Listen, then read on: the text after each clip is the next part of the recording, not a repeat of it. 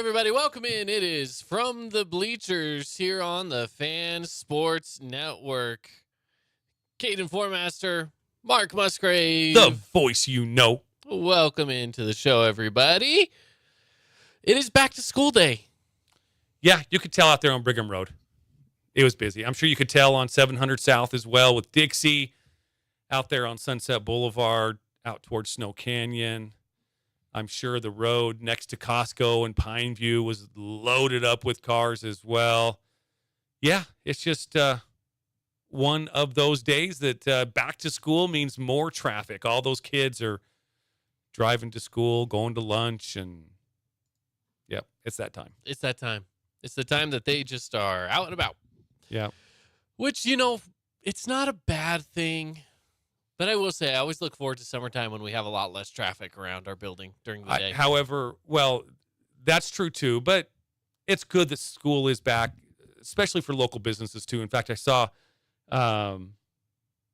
Jeff, the owner of Great Harvest here in St. George. They love when back to school happens. He was smiling when I mentioned that. I'll bet your happy school has started again, and he smiled pretty big. So. Certainly, it helps all those little restaurants and businesses here in our Desert Hills Plaza area. Over towards Pineview, I'm sure it helps the Pineview Plaza restaurants. You've got a few over there. Snow Canyon has Sunset Corner. I'm sure. So, being that all the kids are back in school, I'm sure it helps their little businesses as well. Yeah. He was smiling ear to ear that school had started again. Yeah. So, no, it's always nice for especially our businesses relatively close to the schools, right? Yeah. It's always good for those. But overall, I think for the most part, everyone's just happy to be back into some sort of a routine. Yeah. Even for me, who, like I say, I don't have kids, but you know what? My job heavily relies on what's going on in schools. So yeah. So it makes my job a lot easier when I have that routine set up from now until end of May. So, Landon was my last one to graduate this past May. Yep. And, when it comes to the first day of school, there's always this, Instagram story overload of everyone taking first day pictures of the pics, kids, yeah. Facebook, same thing. Well, I was kind of always in charge of that in our family for social media. Yeah. And this morning I went out. I took a picture of where I would always take the picture of the boys as they grew up against our block wall. That way I could tell how much they've grown with the block wall. Right. Right. But there's nobody standing there. It's just a picture of my block wall. And I said, well, here's my first pick of school. Oh, wait, we're done. We don't have kids. There's no kids there. I've been getting some pretty good response to that. Yeah. Hey, when there's no kids to take a picture of, you take a picture of the block wall, of the wall, or the front door, or wherever you took your pictures. It was. Yeah. I will say though, it is kind of strange. Now we do have a person going back to school, which is Macy. Now she's been back to school for a couple of weeks now as a teacher, but that's really all that's our back to school. We went back to school shopping in Vegas on Saturday. It was for her. So that was kind of fun, kind of nice, not having to deal with, school clothes, supplies, fees, all that kind of stuff. It's party time at the Musgrave house. As a reminder, too, with it being back to school time, you can help Findlay Subaru with Fill the Bus right now still. That's going on through the end of August. Mm-hmm. So with it being back to school time, maybe you have a little bit extra. Maybe you went out and you bought some stuff for your own kids, and you have a couple of things left over that maybe your kids don't need. You can take those and donate them to Fill the Bus, take them to Findlay Subaru from now to the end of the month, and those will go towards students in Washington County that need some help going back to school. So if you have a little extra, or maybe you can still just go out and get something that would be a little extra. We're talking school supplies, hygiene products, clothing, things like that, stuff that kids can use as they're going back to school. You can make those donations to Findlay Subaru. And that bus is sitting over at Findlay Subaru? Yes, at Findlay Subaru. Okay. So, because I do have a couple of backpacks. There you go. Take them over to Findlay Subaru on Sunland Drive. Yeah. Easy enough. So, with that said, let's get into it. We're starting with some MLB talk today. Yeah, first, I read the story today where Los Angeles Dodger Mookie Betts, everybody knows Mookie,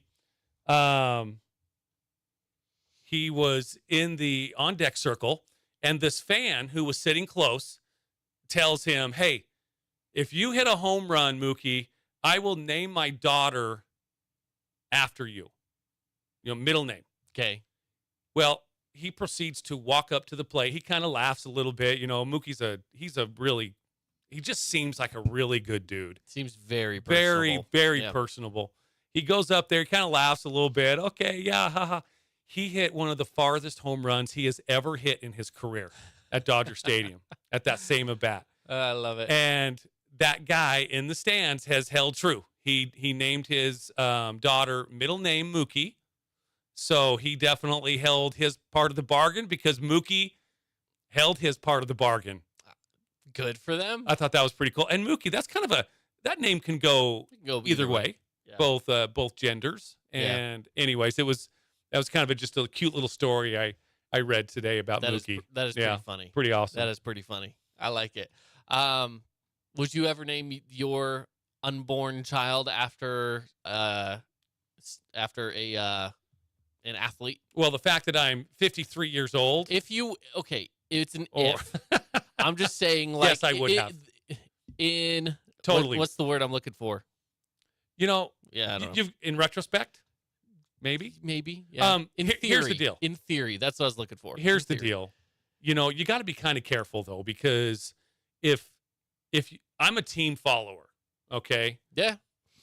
And if that player was to leave, like if Mookie goes to play for the Giants or the Padres, that would hurt. Yeah, and your kid is now named that. And that kid is going to remind me of that.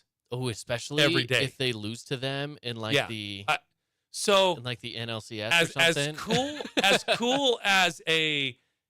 cool as that sounds, you got to think of the other side of that too. If they get traded or if they leave in free agency, that would be tough. And then you have athletes where sometimes stuff comes out about them that is less than pleasing as well. That's true too. Where you learn stuff about them that you don't necessarily agree with. And that is a great segue into this next segment about Mookie Betts. Breaking news. No, I'm just kidding. I'm just kidding. There's no disturbing news about Mookie Betts. I'm just kidding. Breaking news. He's still an upstanding citizen. Yes, exactly. There you go. There you go. Well, let's talk about the teams, right? You said you follow a team. Let's talk about teams right now. Every team right now is facing big questions. This is that time of the season where it's make or break for a lot of teams. So let's get into some of these teams. We have a list for all the teams, but we'll get into at least the good ones. Some of these teams that are kind of in those make or break situations, or maybe some of them that are sitting pretty, that maybe we just talk about what are their burning questions. Let's start off with your Chicago Cubs. Let's do, because the Cubs have an interesting schedule in front of them right now. They do. Now let's just update the listeners. They are one game behind the third wild card spot. And that wild card race right now is intense in the National League. No question about it. There's several teams right there. The Giants, they currently hold the second wild card spot. Miami is a half a game behind them. They currently hold the third wild card spot. And then you've got the Cubs, the Reds, they're both one game back. Arizona 3.5 back, and I think that's all the farther we need to go. The Padres are 6.5. I think they're done. I think so too. They could get hot. They've got enough talent on that team, but my goodness, they're the Padres. I really do think that the Padres down. So we're talking Padres, Mets, Pirates, which the Pirates started out so good. Yeah, they did. The Cardinals, which that's big another shocker. Surprising. Yeah, at least to start the season, they just started really bad and have stayed. That's a bad surprising. Yeah, Washington and then Colorado. Yeah, So Colorado. so all of those teams, we're not even going to really get into them. They're well out of the Yeah, conversation. but the Cubs are Cubs. right in the mix, and they need to take advantage of their remaining schedule. They have the easiest remaining schedule in all of baseball. They have 12 straight games starting against the White Sox, the Royals, the Tigers, and the aforementioned Pirates. So now I don't know if those are a 3-game or 4-game series. 12 straight games, yeah. So I assume it's a 3-game series for each of those teams, right? Yeah, Maybe yeah. there's a 2 in there. I don't know. Mhm. But in those 12 games, I would say that the Cubs have the potential. I would say they have the potential to go with 1 loss to each of them, and so we'll just take those 4 losses out of the way and make it an easy 8-4. I think they would be. That's pretty good record over the next 12. Yeah. I don't think they would be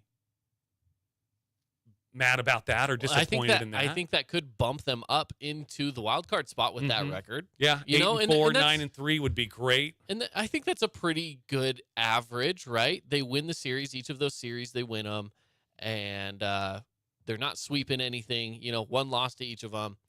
I think that could happen. I think that very well could happen. I mean, the White Sox, they are 47 and 42. The Royals are 39 and 81. They're not good. The Pirates are 53 and 66. I mean, they really do have an opportunity to make up some ground and maybe even hopefully get a little bit of a cushion. I personally, I would rather see the Cubs in that playoff spot rather than Miami. Yeah. I think the Cubs bring much more interest to the game than Miami does. So yeah, I would much rather see the Cubbies. Yeah, I think so too. I like the Cubs in that position, and Miami just doesn't do it for me. I look at the wild card right now, and I know you hate the Giants, but I'm looking at baseball as a whole. Philly, San Francisco, Chicago. Yeah, that would be great teams for baseball.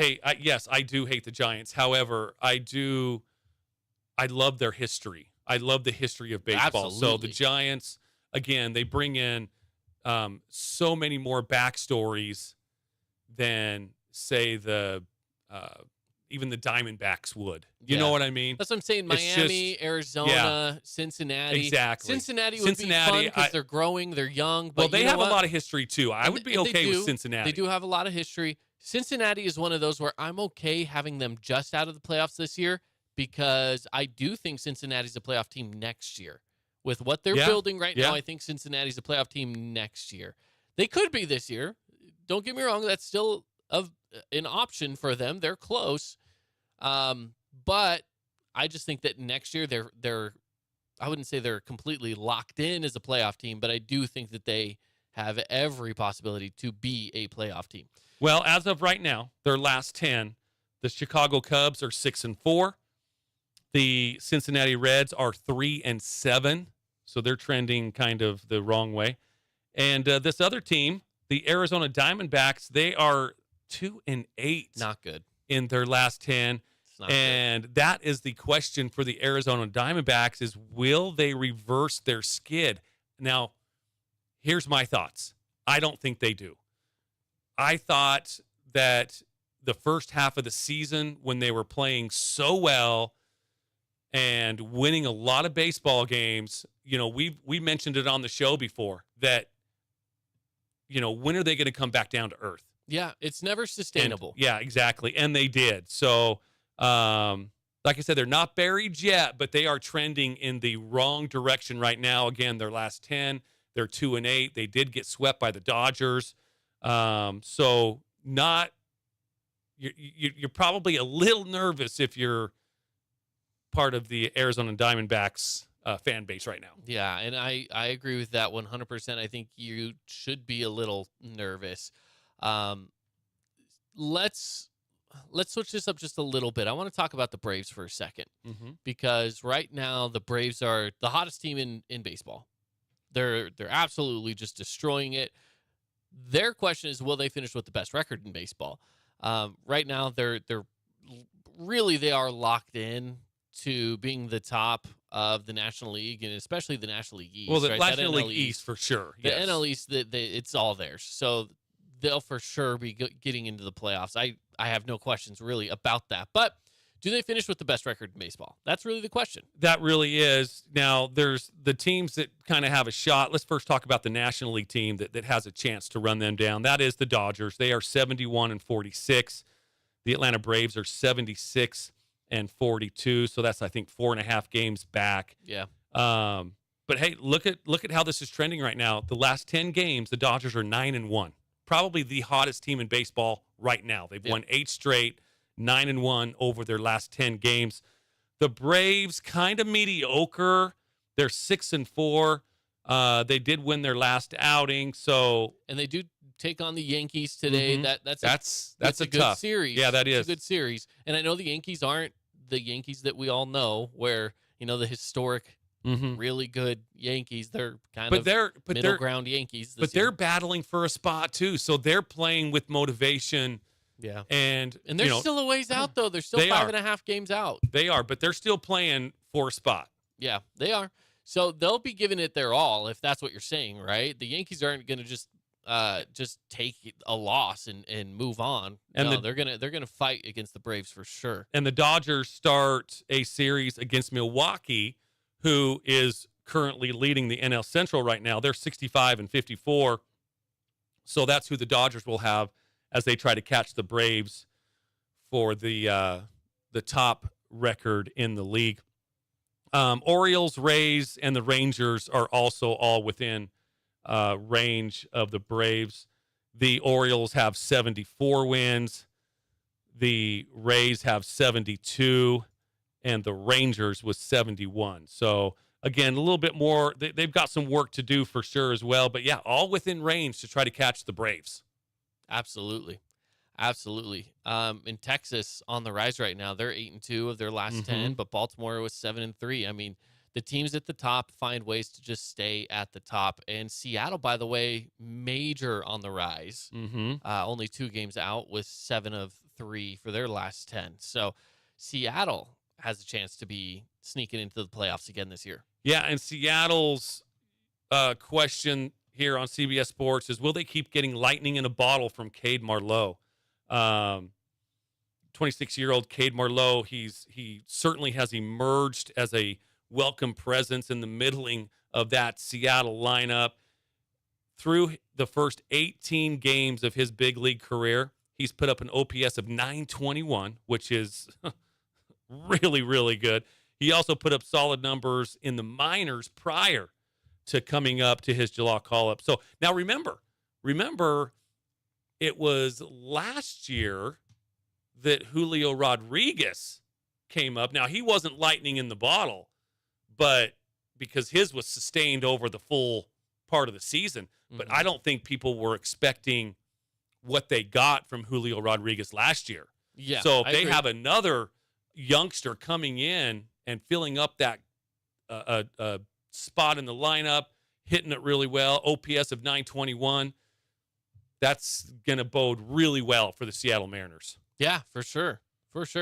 Let's see. Let's take a look at some other teams here that we have some questions about. Who do we have on the list? Well, let's look at the Angels for a sec, because everyone wants to talk Shohei Ohtani. So we'll talk Shohei for just a little bit. Even though I do believe that the Angels are completely out of the running for the playoffs, I don't think they make the playoffs. No, I don't either. Shohei still has this question about him, which is, can he make it to 60 home runs? Oh, I thought you were going to say, will he be wearing Dodger blue?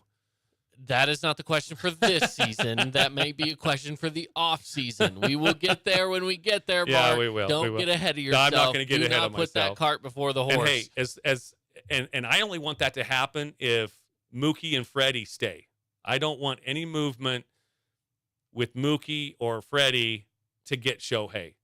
Now, some people are out there probably saying, seriously, you would not move Freddie Freeman for a chance to get Shohei Ohtani? I'd love to see Freddie in red. I love Freddie Freeman. I think Freddie is one of the best hitters in baseball. He can go oppo. He's just a smart hitter. I don't know if I do that. So anyway, we'll get to that in the offseason. However, will Shohei Ohtani make a run at 60 homers? That's the question. That's the only question right now that is on the Angels' plate. Yeah, there's not will they make the playoffs? Will they make a wild card? It's will Shohei get 60 home runs? Yeah, the Angels, I would say there's a million questions about the Angels, and none of them really matter. That's really what it is. They don't. There's a ton of questions, and you know what? They matter to Angel fans, and that's about it.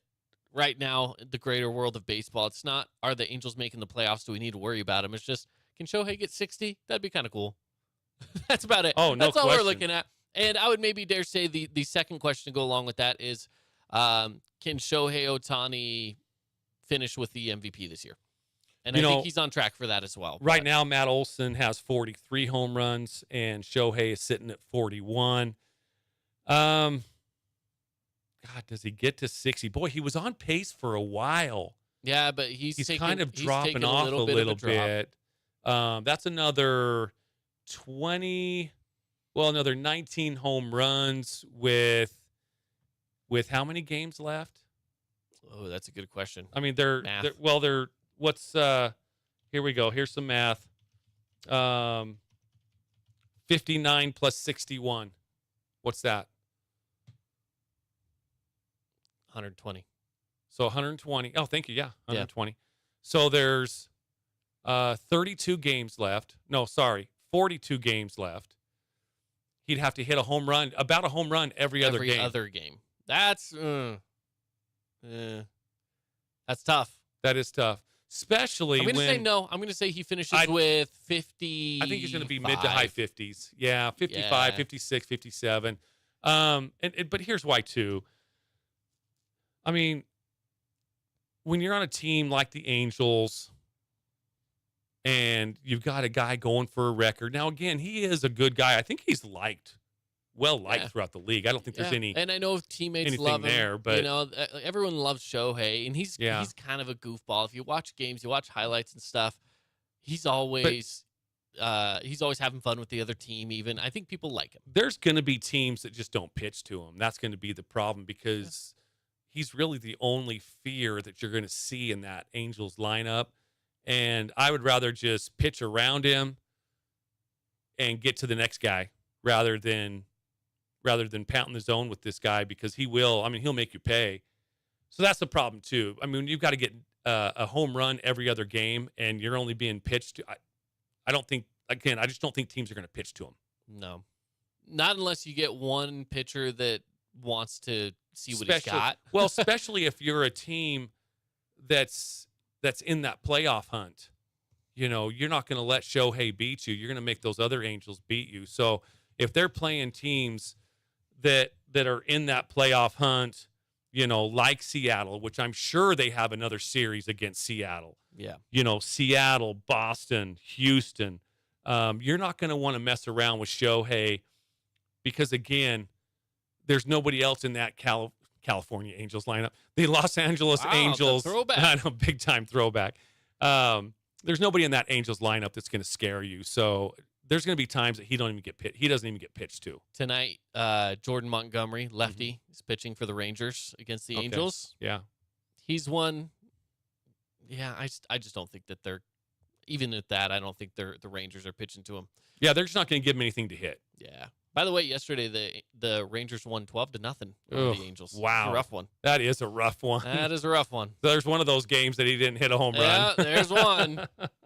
You don't say. Oh, man. Angels. I know. And I was talking to somebody here in our office, too, just in the midway. We were talking Padres, Angels, just certain teams, the Mets as well. Mm-hmm. I was talking to Vin here with St. George News, and he's a big Mets fan. And we were just talking about, there's just certain teams that, you don't want that slogan on you, that saying where, that's the Padres doing the Padres thing, or that's the Angels doing the Angels things. But it truly is getting to be repetitious with those two teams where it seems like the same things happen every year at the Angels. You have a great season until July. Yeah. Mike Trout gets hurt in July. You play well up until June. He gets hurt in July. Your pitching staff goes to the dumps. It just seems like that's been the history of the Angels for the past 3, 4, 5 years. Yep. Same thing with the Padres. They've always, the last few years, they've had a great team on paper. Yeah. And expectations are high. And in the Padres case, they at least made the playoffs. Yeah, that's true. They've made playoffs. And they did make some noise last year for sure. But then again, it's just, the Padres doing Padre things, and you just don't want that kind of a slogan being slapped on you because it's hard to get past it. Yeah. I mean, you look at a team like the Red Sox. Obviously, it's the curse, right? Yeah, the curse of the Bambino. And then how long did it take for them to finally get to the point where it's like, okay, they have overcome it, and it really took them winning a World Series to be. Same thing with the Cubs. Same thing with the Cubs as well. I mean, the lovable losers. Everybody liked the Cubs because you know what? They were never winning. And the good thing about the Cubs is you could hop on that bandwagon because it was like, hey, they're a fun team to watch. They're pretty good most of the time, but they never win anything. Yeah. And so you could hop on and it's okay to be a fan of them because they weren't winning championships. Yeah.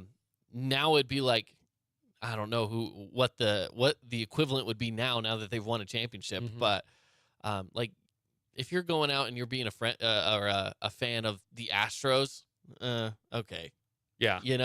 You just want to be a fan of a team that wins. Yeah. Or even the Braves right now. The Braves are really good. If you become a Braves fan recently, you just want to be a fan of a team that wins. Yeah, for sure. So, I don't know. Hey, let's take a break. We got more coming up next. Stick around with us here on From the Bleachers.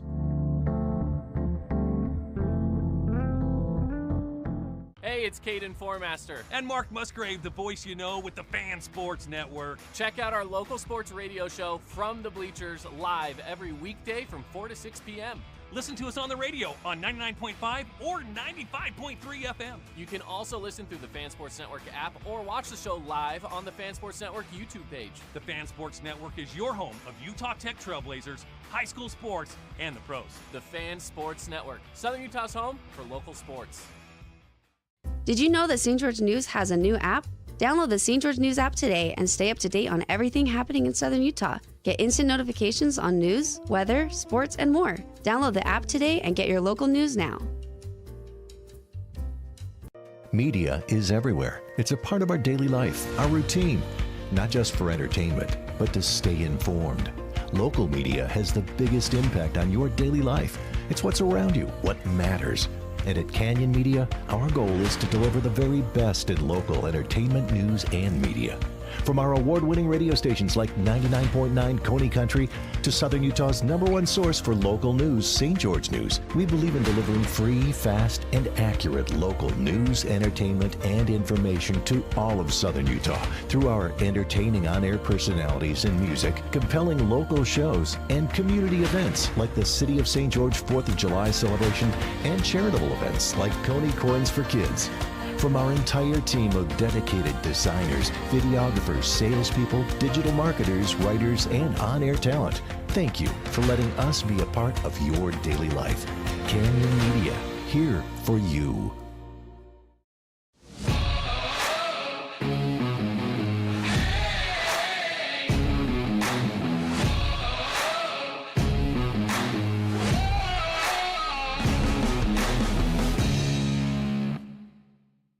Hey, it's Sheldon Demke. Check out the latest episode of What's on the Menu, a behind-the-scenes tour of local restaurants. We'll see some of their favorite dishes and get an inside look on how these dishes are prepared. Check out this week's episode at stgeorgenews.com and click the shows on the menu tab. Check out this week's edition of TGIF on stgeorgenews.com. TGIF is your weekend adventure guide to all the fun and exciting things going on in Southern Utah this weekend. Find this week's edition at stgeorgenews.com and click the shows on the menu tab. Have a blast this weekend. As a local business owner, it's important to get the word out about your business. More people equals more revenue for you. Get your business in front of over 160,000 people in Southern Utah each week with St. George News. Contact St. George News today.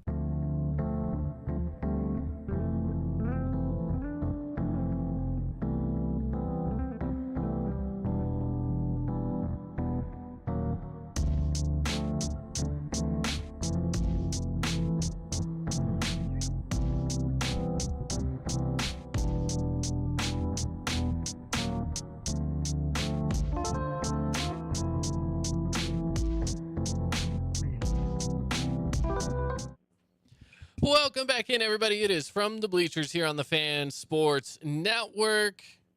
Caden Formaster and Mark Musgrave. The voice you know. Got a guest on the phone line right now as well, talking some Aviator baseball. We have Matt Neverett on the phone. Matt, how are you? I'm doing well. How about you guys? Hey, we're doing well. Just sorry, we just pushed the wrong button there, so I didn't get to hear the first thing you said, but we're doing well. I promise it wasn't anything bad. All right, that's good. That's good. Matt, again, a big thank you. Saturday, we were able to meet, and it was a great game to be at for sure. Yeah, great to meet you in person and give you some info about the park. And yeah, we were treated to a bunch of really good games this week. The Aviators taking 4 out of 6 from the Sacramento River Cats, the San Francisco Giants, AAA affiliate. And don't look now, but if the season ended right this moment, the Aviators would be in the playoffs. Wow, Hey, there you go. that is awesome. They've had such a great second half as well. And you know what? Anytime that we can beat, as a Dodger fan, anytime any affiliate or anything of the San Francisco Giants go down, I am a happy camper for sure. Exactly. Yeah, that's a lot of folks with the Oakland organization feel the same way. Yeah, for sure. Now, speaking of the game Saturday, I just want to go rewind for just a second. First off, I have to just tell our listeners a little bit about, I was texting you during the game. There was a guy sitting right behind us that was just breaking down and analyzing every pitch of that game. And I texted you and said, dude, this guy's coming for your job, because he was a good color commentator for sure. That is funny. You'll find a lot more of those than you would expect at minor league games. But I guess all I can say in response is there's the reason he was probably paying to be there, and other folks are paid to be there. Yeah, exactly. Now I will Good say way to too, put it. and Macy will back me up on this, but as we're watching the game and Kevin Smith comes up to bat, his 4th time at bat, and they show up on the big board that he's 0 for 3. He had struck out swinging his first 3 previous at bats. He was the only Aviator at that time that didn't have a hit in that game. Okay, so I kind of put my dad voice on, and I told Macy, I said, you know, he needs to put the ball in play. That's all he needs to do right now. Just, you know, focus on putting the ball into play. And then he just, next pitch, literally just bombs a home run over left center field. So, but I was talking about him like he was my son, like, you know, giving him dad advice. But anyways, Macy thought that was pretty good. Tell us a little bit about the 2 series. I know they're on the road for the next 2 weeks. Who do they got coming up? And any concerns, any standouts, injuries that you can update us on the Aviators? So, yeah, you're correct. They're on the road for 2 weeks, 6-game homestands with every Monday off in between. So this is the second and final 12-game road stand, I guess, if you will, road trip of the year. So they're in Reno tonight. They will start about 3 hours, just about 3 hours and some change from now, up at Greater Nevada Field up in Reno. So they play 6 against the Reno Aces, top affiliate of the Arizona Diamondbacks. They always play the Aviators tough because of the interstate rivalry and just with the way that the Diamondbacks organization is built when it comes to the players on the field. It's a lot of offense, but they have a lot of pretty offense-heavy environments throughout their system as far as the stadiums in the city. So that's always a concern, especially in the Pacific Coast League where runs are, aplenty across the board, more or less. And then after an off day next Monday, they'll go to Tacoma, just outside of Washington, or Seattle, Washington, rather, and take on the Tacoma Rainiers, who are with the Mariners. And that's going to be a critical series. The Aviators, if they're able to split 3-3 against the Aces, they should still put themselves in a spot to take on Tacoma with the playoff spot in their hand. Tacoma is actually tied right now with the Aviators heading into tonight for the second half lead, but because of the head-to-head matchups earlier in the year, the Aviators have the head-to-head advantage. So it's 2 road trips back-to-back, and it's against 2 pretty quality opponents, especially when you get to Tacoma. Which team in the Pacific Coast League do you feel like is the biggest rival for the Las Vegas Aviators? I mean, Reno makes sense logistically. I think a lot of folks there's a lot of folks from Vegas that are from Reno, so there's that natural kind of rivalry no matter what. I would say outside of that, probably either Salt Lake or Sacramento, just because of how often they play against each other in the same division, and for whatever reason, even within the division, they always seem to play each other more than anybody else. So that's what I would say. Either probably Reno, but if not them, Sacramento or Salt Lake. Yeah, and that makes sense too, because the River Cats being the San Francisco Giants, and up in the Bay Area, the Oakland A's and the San Francisco Giants have that Bay Area rivalry, and then in the division with the with Salt Lake being the Angels affiliate, they have that interdivision rival. So that does make sense with both of those teams.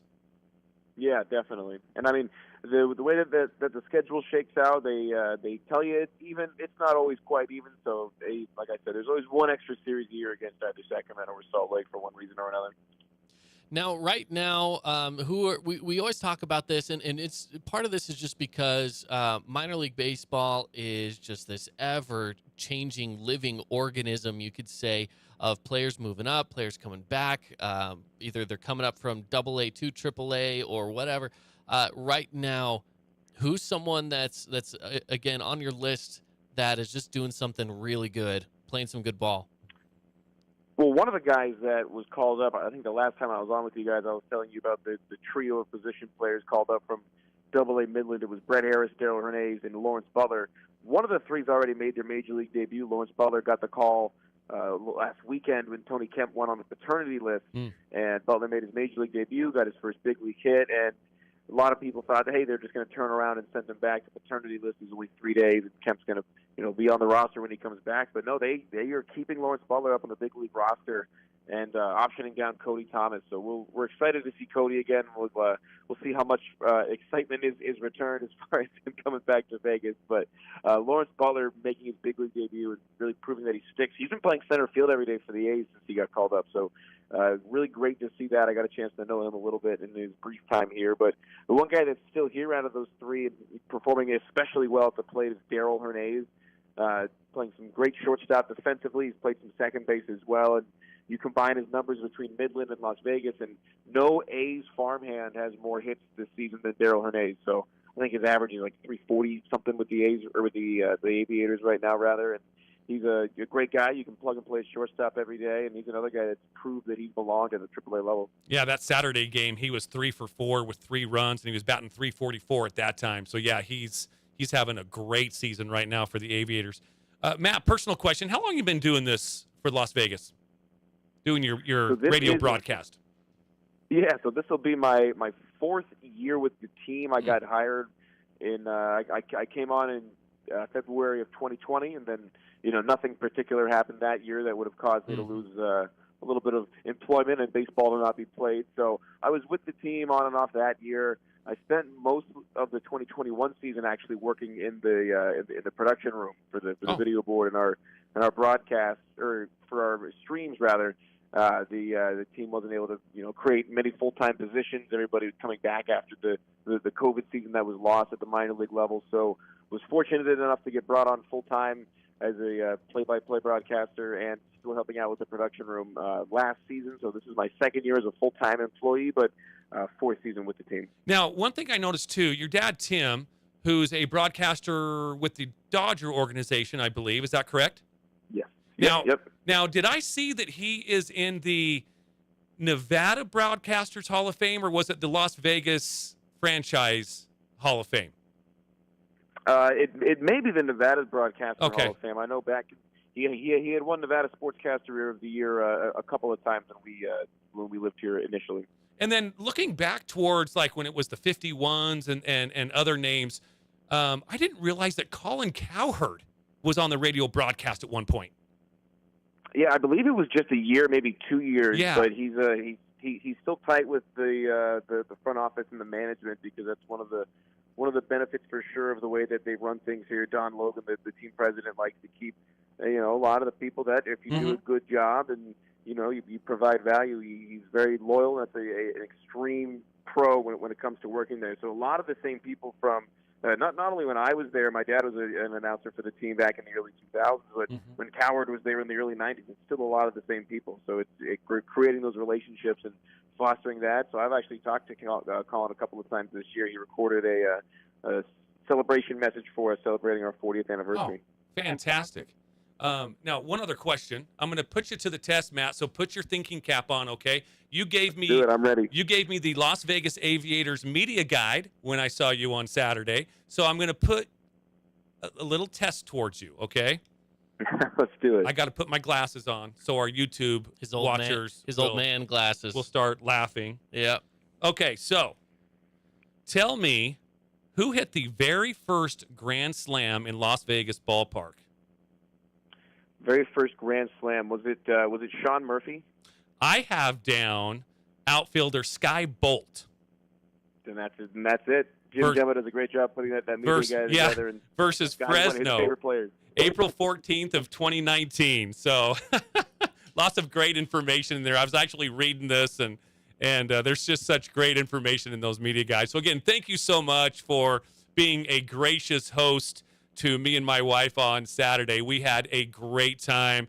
I don't know where you would have went out to dinner. We went out to dinner to Cheesecake Factory before we went to the ballpark, just being that it's like 5 minutes away from the ballpark. Oh, yeah. And we just had a great time. Again, thank you so much for being a gracious host. Absolutely, anytime. And next time you're near the ballpark, I would recommend Frankie's Uptown Pub right across the street. They're a big sponsor and a fun spot. Oh, okay.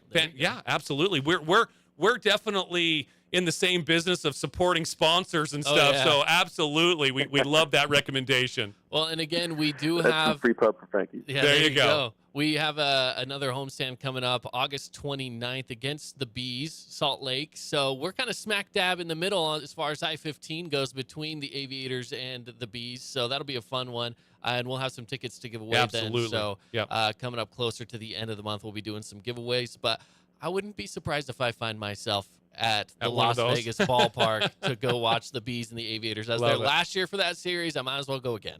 Love it. Yeah. Let me know. I think I know a guy that can get you in. All right. Awesome. I love it. All right, Matt. Thank you for joining us today. Anytime, guys. Happy to help. Yeah, thanks, Of course. bud. See ya. That was, again, Matt Neverett on the phone there with us, talking about the Las Vegas Aviators, and they're currently on their way, trying to get on their way to the playoffs. Yeah, they're having a great second half, and I got to tell you that game on Saturday, and then they ended up winning on Sunday, I think like 12-5, something like that. But they're playing some really good baseball right now, and it is entertaining. You're not going to go down there and see a 2-1 ball game. You're just not. No, and that was one thing we talked about with him last time we had him on the phone last week, is that they hit the ball. They do. These guys are hitting home runs every single game. And it's all insane. the players in the PCL. I mean, they're good. He sent me a text, I think, in like the fourth inning, and it was already like, 7-4. River Cats were up. I mean, the Aviators did come back and win, but it was like 7-4. And he sent a text, and he goes, "This is a PCL classic. Like, that's just one of those. This games, is what happens. I mean, it's just one of those games every single night, though. That's what they're just offensive laden. You're not going to see a 2-1 game. If you do, that's the rarity. It's the exception. The game that I went to the last game I went to was last year. I haven't been to any this season yet, but I will. Last year when I went to that one against Salt Lake got up. It was I want to say it was about like a 9-7 ball game, and the Aviators walk it off with a home run in the ninth to make it in a 10-9 win or whatever. Right? I mean, that's just minor league baseball for you. Well, there's a lot of stuff like that makes it so fun. Well, again, listen to these scores. Now, this is on that Saturday, just because I had that box score up. So Saturday, Las Vegas beats Sacramento 10-8. Round Rock beats Albuquerque 10-7. El Paso beats Sugar Land 18-11. Reno beats Salt Lake 8-6. It's just one of those. It's just an exciting brand of baseball, especially if you like offense. If you like those 1-0 pitchers duels, this probably isn't for you. Yeah. But again, not saying that it can't happen, but it's probably not for you. If you like offense, you like home runs, doubles, steals, all that kind of stuff, you got to go down and catch the Las Vegas Aviators. we will, like Caden said, we will have tickets to give away in a couple of weeks. Mark, I think you and I need to go on Saturday, September 2nd against the Salt Lake Bees. The giveaway that night, a Las Vegas Aviators pickleball paddle. I saw that. I saw that being promoted. It's probably one of those wooden. I'm sure it's a cheapy one, but it's you know probably what? a big ping pong paddle. It would be fun to put in our studio. It really would. It would be You're really right. cool to put in our studio. Yeah, absolutely. Even if we're not using it, it would be kind of just nice to have. Yeah, you are right for sure. Anyway, let's take a break. We'll be wrapping up the 4 o'clock hour, and we return here on the Fan Sports Network and from the Bleachers. Hey, it's Caden Formaster. And Mark Musgrave, the voice you know with the Fan Sports Network. Check out our local sports radio show From the Bleachers live every weekday from 4 to 6 p.m. Listen to us on the radio on 99.5 or 95.3 FM. You can also listen through the Fan Sports Network app or watch the show live on the Fan Sports Network YouTube page. The Fan Sports Network is your home of Utah Tech Trailblazers, high school sports, and the pros. The Fan Sports Network, Southern Utah's home for local sports. Did you know that St. George News has a new app? Download the St. George News app today and stay up to date on everything happening in Southern Utah. Get instant notifications on news, weather, sports, and more. Download the app today and get your local news now. Media is everywhere. It's a part of our daily life, our routine, not just for entertainment, but to stay informed. Local media has the biggest impact on your daily life. It's what's around you, what matters. And at Canyon Media, our goal is to deliver the very best in local entertainment, news, and media. From our award-winning radio stations like 99.9 Coney Country to Southern Utah's #1 source for local news, St. George News, we believe in delivering free, fast, and accurate local news, entertainment, and information to all of Southern Utah through our entertaining on-air personalities and music, compelling local shows, and community events like the City of St. George 4th of July celebration and charitable events like Coney Corns for Kids. From our entire team of dedicated designers, videographers, salespeople, digital marketers, writers, and on-air talent, thank you for letting us be a part of your daily life. Canyon Media, here for you.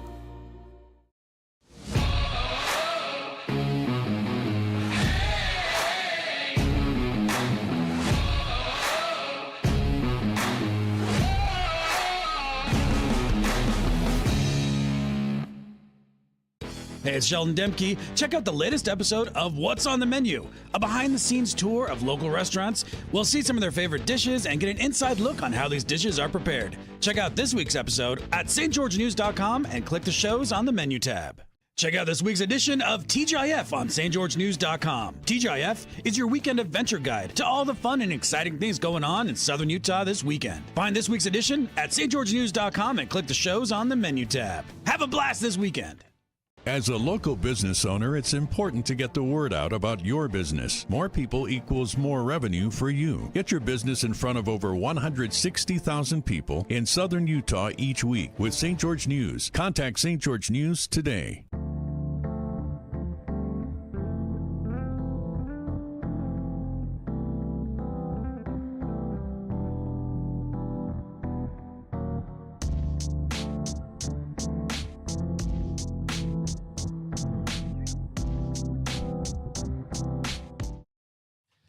We're back at it here in the Findlay Hyundai studio. It is Caden Formaster and Mark Musgrave. The voice you know.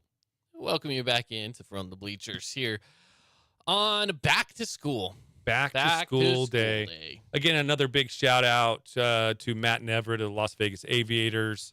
Want to thank him for joining us earlier in this hour talking Aviator baseball. And again, it is an exciting brand of baseball for sure. If you like offense, make sure that you keep listening to From the Bleachers here when they are back in Las Vegas in 2 short weeks.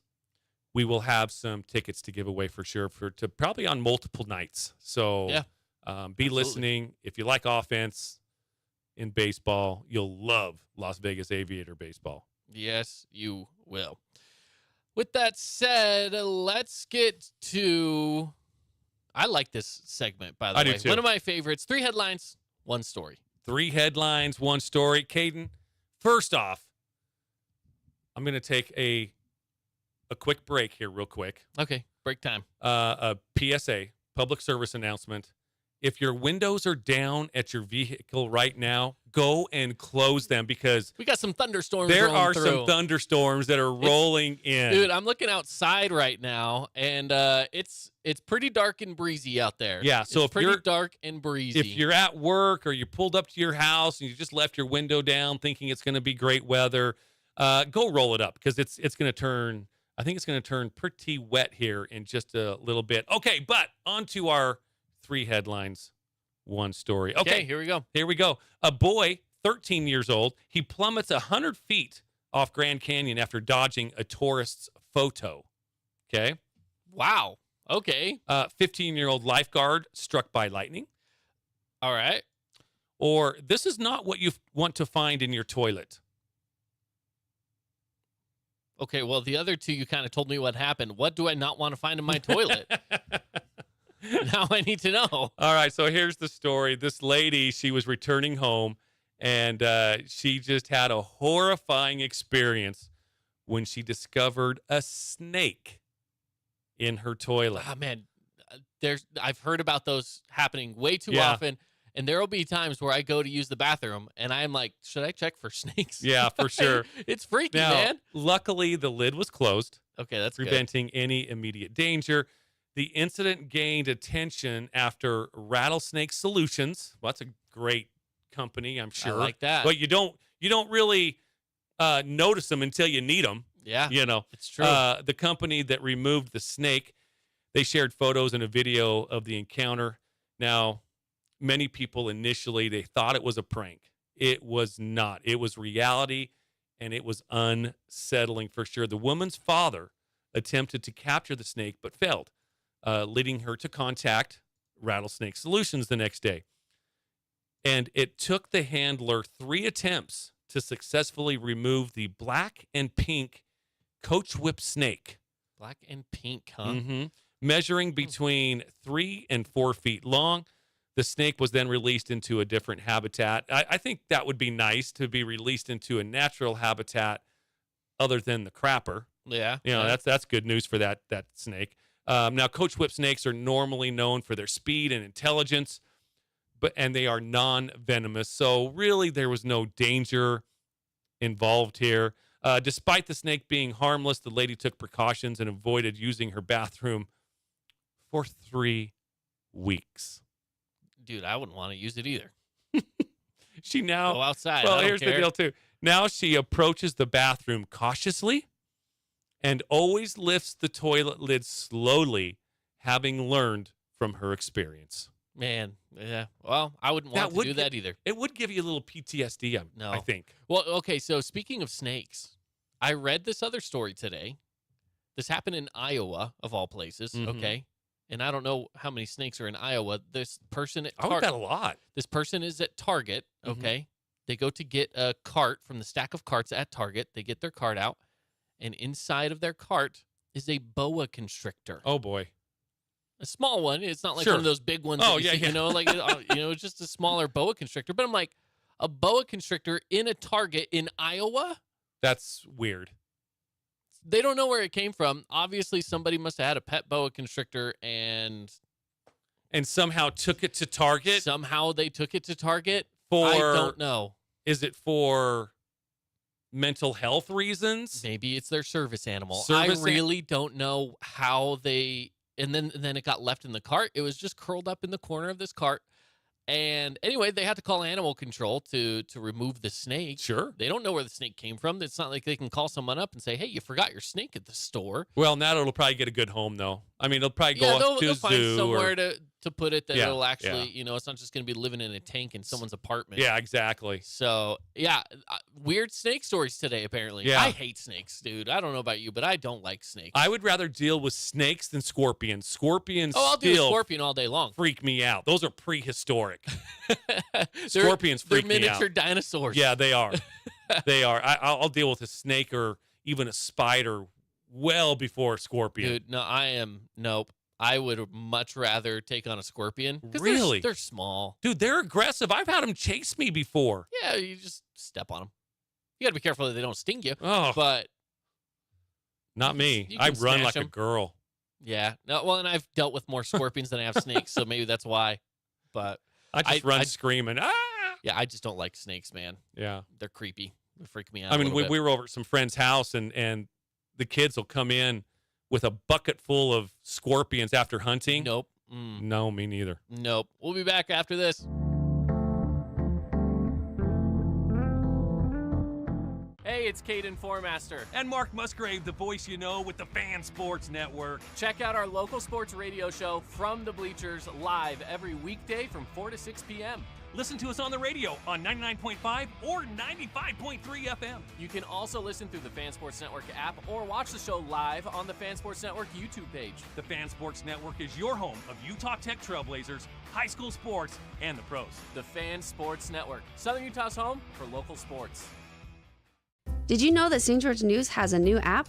Download the St. George News app today and stay up to date on everything happening in Southern Utah. Get instant notifications on news, weather, sports, and more. Download the app today and get your local news now. Media is everywhere. It's a part of our daily life, our routine, not just for entertainment, but to stay informed. Local media has the biggest impact on your daily life. It's what's around you, what matters. And at Canyon Media, our goal is to deliver the very best in local entertainment, news, and media. From our award-winning radio stations like 99.9 Coney Country to Southern Utah's #1 source for local news, St. George News, we believe in delivering free, fast, and accurate local news, entertainment, and information to all of Southern Utah through our entertaining on-air personalities and music, compelling local shows, and community events like the City of St. George 4th of July celebration and charitable events like Coney Coins for Kids. From our entire team of dedicated designers, videographers, salespeople, digital marketers, writers, and on-air talent, thank you for letting us be a part of your daily life. Canyon Media, here for you.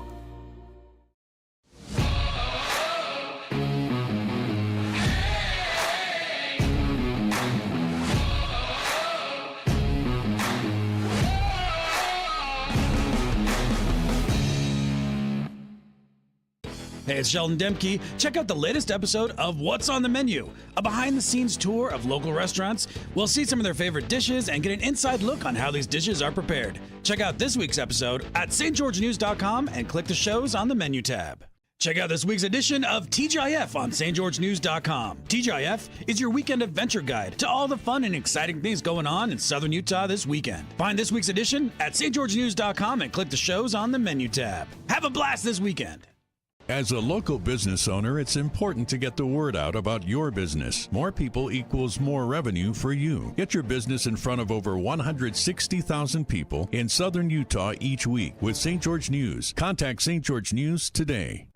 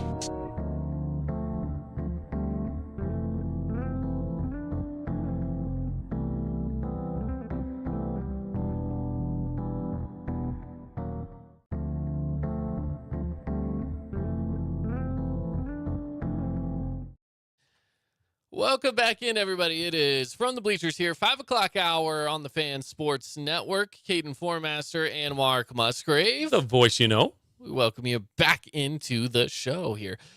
It is, of course, back to school day today. Mm-hmm. A lot of people going back to school, so hopefully you guys are staying safe. I know there have been a decent number of accidents out there on the roadways today, so just stay safe. Be careful out there. Watch out for those crosswalks and all those helpers out there that are helping those kids cross the streets. Just you know when you're in a school zone, slow down, be careful. Yep. There's nowhere Keep it simple. There's no place to be that fast that you need to be unsafe in those school zones. So be careful out there. Just be careful. That's right. Couple of things happening in volleyball, Region 9 volleyball. Last night, the Orem Tigers came down to St. George. They're going to take on a couple of teams. They faced their first opponent last night, Crimson Cliffs Lady Mustangs. Orem Tigers, again, ranked number 1 in 4A preseason, and they showed it last night. They beat the Lady Mustangs 3-0. In the first set, kind of dominating, 25-5. Ouch. 25-17 was the second set, and I think 25-13, I believe, was the third set. So, 2 out of 3 of those sets were quite dominating, certainly the 25-5. And now Orem coming across town a little bit to take on the Desert Hills Lady Thunder, who are preseason number 2. So this is a big preseason match between the number 1 team in Orem, number 2 team, Desert Hills. Again, that will be at the Thunderdome across the street there from us, and I will be there at 6:30. That's the match time is at 6:30. So you'll see on the calendars at 7 o'clock, they did bump that up to 6:30 so that Orem can get on the road a little bit earlier tonight after that match. So, yeah, 6:30 at Desert Hills Thunderdome, Orem Tigers and Desert Hills Lady Thunder volleyball. There you go. Yeah, make sure to get on over there. Support some of our local. Should be a good one. Local teams for sure. It'll be a good one. Oh yeah, absolutely. Anything else Region 9 related we need to get to? I think that's about it. That's all right? I have. I don't know. I don't think there was any soccer played yesterday or anything like that. Tomorrow, I believe it's at 6 o'clock. There is a cross country meet in Cedar.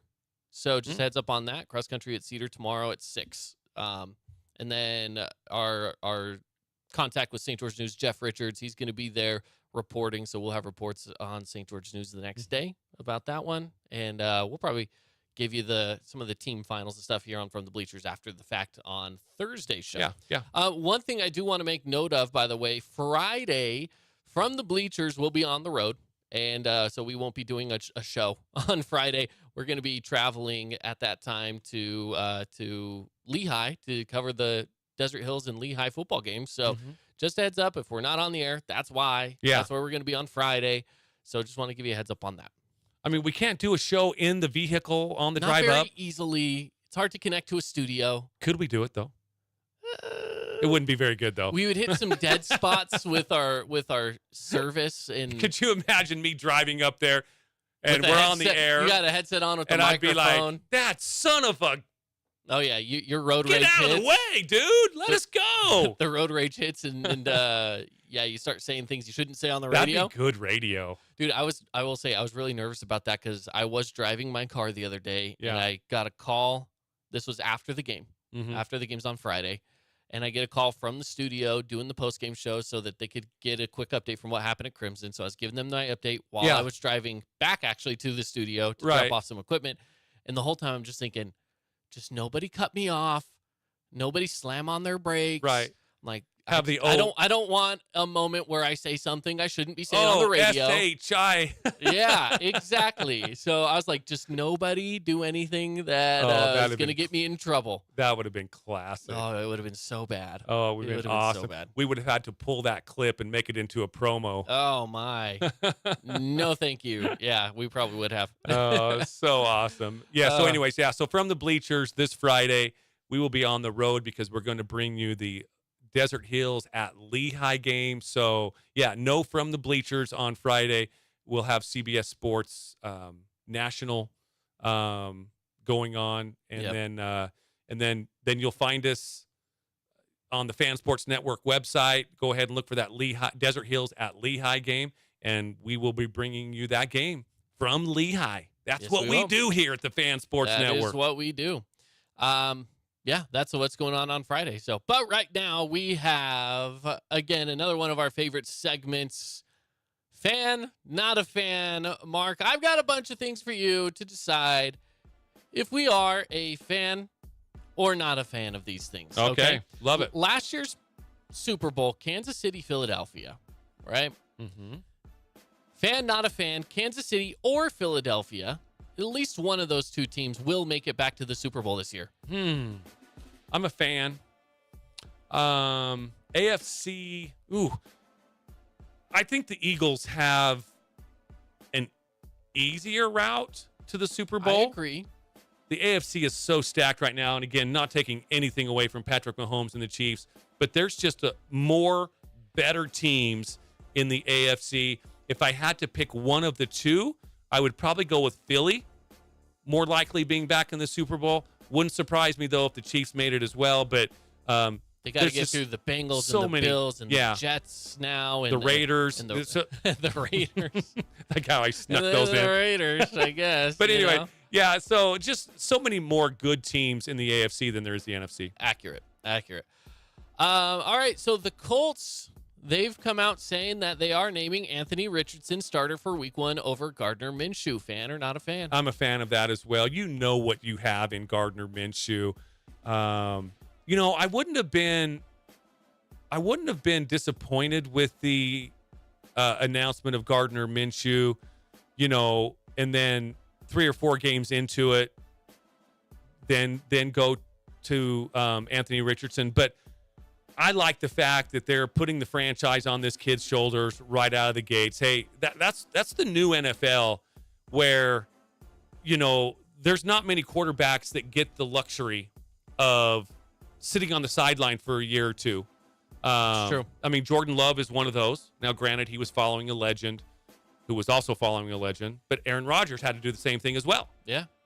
He had to wait for his time with Brett Favre, got his time, became a legend. Jordan Love, his time with Aaron Rodgers, now following will he become a legend? I don't know. But they're very, very rare circumstances now where that top drafted quarterback gets to hold the clipboard for a year or two, learning the offense and stuff. It's really, thrown right into the fire. And that's because a lot of these teams find themselves in dire situations at the quarterback position, and they don't get the luxury of drafting a quarterback in the first round while still having a really good quarterback. It just doesn't happen all that often. Remember when the Packers drafted Jordan Love, everyone thought, what are you doing? Right? The thing is, it wasn't like it was all that weird. People have drafted good quarterbacks in the first round, even though they still had a good quarterback. You look at Patrick Mahomes. He was a great quarterback that got drafted high, and they had a good one still there. Although Aaron Rodgers was pissed because he was thinking, hey, you could have got me another weapon. Yeah. So Aaron Rodgers was kind of pissed about it. I understand that mindset as well, but it's just something that we don't see as much nowadays, is drafting a quarterback high, even though you already have a quarterback. There's times where, you look at Joe Burrow. He was drafted, started. But then you look at Patrick Mahomes. Drafted, sat behind Alex Smith for a little bit. For a year, yeah. Yeah, and then obviously Patrick Mahomes became Patrick Mahomes. So I think the Patrick Mahomes and Jordan Love scenario are becoming few and farther between. They're a little more rare. The Anthony Richardson, Justin Fields, CJ Stroud this year, Bryce Young. Yeah, they're drafted and then thrown right into the fire. I think that's becoming the more norm. Yeah, I mean, even recent history, Trevor Lawrence, heck, Josh Allen did it. Yeah, I mean, Josh Allen. It's just your top quarterbacks. I would say 9 of the 10 top quarterbacks right now did not sit behind. I think even Lamar Jackson was one of those as well that got drafted and then thrown right into the fire. I think so too. It works. There's also circumstances where it doesn't work. And Zach Wilson, for example. Exactly. Great example. Example. Trey Lance. Yeah. Is one of those that's kind of an interesting example as well. Anyways, it works out. Okay. I hope it works out for Anthony Richardson. They need some star power in Indy. Okay. Fan, not a fan. We're at halftime. Fan, not a fan. In between some of these sports-related ones, we've got one for you here that is not sports-related. Subtitles when watching TV. Fan or not a fan? Okay. I am not a fan. However, A fancy butt. yes, that is a fancy butt.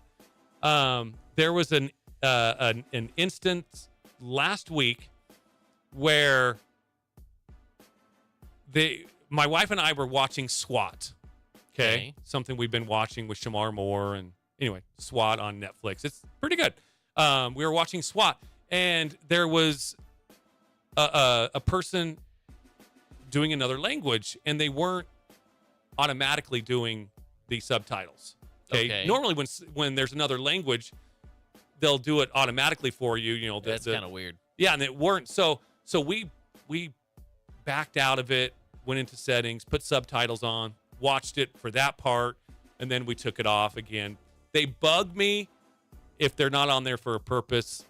We needed it though to see what they were talking Spanish, and neither one of us know Spanish except for at the Taco Bell drive-thru. So we had to watch and listen to what they were saying. You know what my favorite thing is as someone who speaks Spanish? Yeah. Is when there are subtitles, obviously. Yeah. Listening to the conversation and seeing how well they actually translated Oh, really? to the subtitles. Yeah. Because it's never exact. You Sure. know? It'll say it in a way that maybe that's not the way I would say it. Yeah. They'll get the idea across, right? Or they'll translate it just in a way that maybe I wouldn't have translated it that way. And that's always my favorite thing, to be like, I guess that's one way to say what they were just saying. Yeah. But, a lot of times it's not blatantly wrong, but it's just not as correct as it could be, which is so I'm not a fan, though. We only did it just to see, but it was nice that we had it available to us to click on Netflix and get that. But other than that, no, I'm not a fan. By the way, I am not a fan, but my wife is a major fan. Really? Which then means that we watch everything with subtitles. No kidding. You know how marriages go. Why does she like the subtitles? Why? Because in her words, she can't hear it. Okay, that's just legit. She's like, there's just times where I'm like, I just can't tell what they're actually saying. So I just like to have the option of I'll just read what they're saying. Totally legit. And does your volume work? I mean, volume's just fine. But I don't know. She likes watching TV at a really quiet volume setting. Because I will tell you, with our volume, I have to turn it up for sure. I mean, so I like it loud. I like the volume loud because I want to be able to just experience it as it should be and hear it. And I'm always told to turn it down and stuff, so whatever. But when I'm watching TV by myself, the volume is loud, the subtitles are off. Yeah. That's how it is. I'm with you. All right, back into it. Let's get to some more NFL here. The New York Giants, okay? There was recently, in the last couple of weeks, there was some research done to figure out the most intelligent fan base. Okay. Which then, in turn, we've now figured out what the least intelligent fan base is as well. The New York Giants come in as the least intelligent fan base. I would definitely think it was Raider Nation. With those stuff that you see on Facebook. Yes. I mean, there's Raider fans that are so stupid. It's like, do you even watch the game? So I'm a little surprised that it's the Giants, and I'm sure every fan base has those. I'm just, involved in the Raider one, so I do see those quite a bit. Really, the New York Giants, huh? That's interesting. I wouldn't think New York would be a city or a fan base, the Giants, of being the least intelligent. I would think that they would know their stuff. They have a great history. Bill Parcells coached and Phil Simms, all the history that the Giants have, that surprises me a little bit. Yeah. Well, the number one team, the team that's the smartest. Hold on. Let me think here. Okay. If you need hints, I can give you some I'm going to hints. go, and I really don't have any basis on this. I'm going to go San Francisco. San Francisco comes in right smack dab in the middle at 17. Really? Don't tell me Cowboy fans. Cowboy fans were 6. Oh, that's still high. That's still very high. Yeah. The Bills Mafia. Okay. And yeah, I get that. Do you know number 2 was the Browns? And the only reason I understand that is because I've talked to Brown fans and they will just straight up be like, yeah, we know we suck. Yeah. And it's like, okay, well, you know what? at least you know. Yeah. You're not out there being a delusional fan. Where did Las Vegas fall? Raiders come in at 13. Okay. The dumbest, I won't say the dumbest, the least intelligent Okay, there you go. fan bases are the Giants, the Vikings, Wow. the Jets, the Bears, and the Titans. Those are your top 5, or should I say bottom 5? Well, 4 out of the 5 are cold weather cities. Does that have anything to do with it? It very well could Other than be. Buffalo is very cold and they're number 1. So, yeah, no, it doesn't. Yeah, maybe not. Maybe not. All right, let's move on. That's a good one. That was a good one. This one I just barely found. I just added this one to the list about 10 minutes ago. A lot of people are adding a surprising player to their fantasy teams already. Okay. Andrew Luck. Luck? There are people that think he's making a comeback this year, and I don't understand why you would be adding him. They're adding him to their benches. Why are you adding Andrew Luck? Are you a fan, not a fan? Should you add Andrew Luck to your fantasy team? No, I'm not a fan of that at all. I had to add it. I've Now, been seeing it around. That's interesting. And now maybe they have some insider news, but I haven't heard of this at all.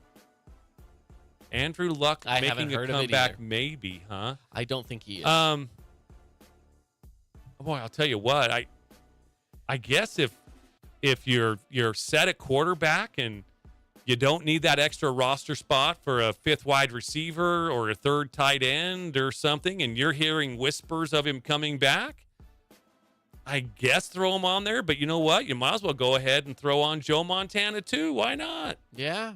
Dan Put Marino. on Terry Bradshaw. Yeah. I don't care. Go Yeah, for I don't it. know. I haven't heard that, but that's funny though. All right, last one, and we're going to dive into this one a little bit. Fan, not a fan. The NBA's in-season tournament that they're doing. Fan, not a fan. And if you don't know much about it, I got the details for you. Well, I'm gonna go Spanish here and say estúpido. Wow, that's very aggressive. Not a fan. Okay. Well, I want to talk about it for just a sec because there are some things. There's some new updates today that came out where the schedules have actually been released for the tournament. I did get that right too, by the way. Estúpido. Yeah, it's a very aggressive way to call someone stupid. Oh, I thought I was just saying stupid. Yeah, it's a very aggressive way to say it. There's a different way to say it that's a little like just nicer way. Okay. I'll say. Anyway, let's get into this. So the NBA in-season tournament, here's what's going on. What's going to happen is starting on Friday, November 3rd, all the way through December 9th is going to be this in-season tournament. Okay, the championship game is going to take place in Las Vegas at T-Mobile Arena, No, that's the home kinda of the cool. Vegas Golden Knights. And the schedule, again, is out now. Now, here's how it works. There are groups, okay? Groups of 5 teams randomly selected. Mm-hmm. 3 groups in the West, 3 groups in the East. Now, this is happening. This is going to happen this year. This is happening this year. Okay. The groups are, I'll give you some of the groups here. So, for example, the Jazz are in a group with the Blazers, the Lakers, the Suns, and the Grizzlies. Okay? That's West A. West B is the Nuggets, Clippers, Pelicans, Mavericks, and the Rockets. And then C is the Kings, Warriors, Timberwolves, Thunder, and Spurs. On the east side, you have the 76ers, the Cavs, Hawks, Pacers, Pistons. That's Group A. East.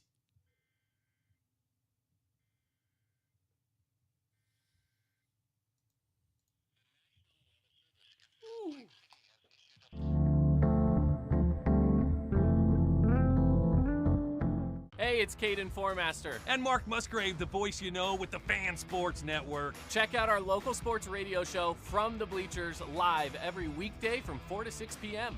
Listen to us on the radio on 99.5 or 95.3 FM. You can also listen through the Fan Sports Network app or watch the show live on the Fan Sports Network YouTube page. The Fan Sports Network is your home of Utah Tech Trailblazers, high school sports, and the pros. The Fan Sports Network, Southern Utah's home for local sports.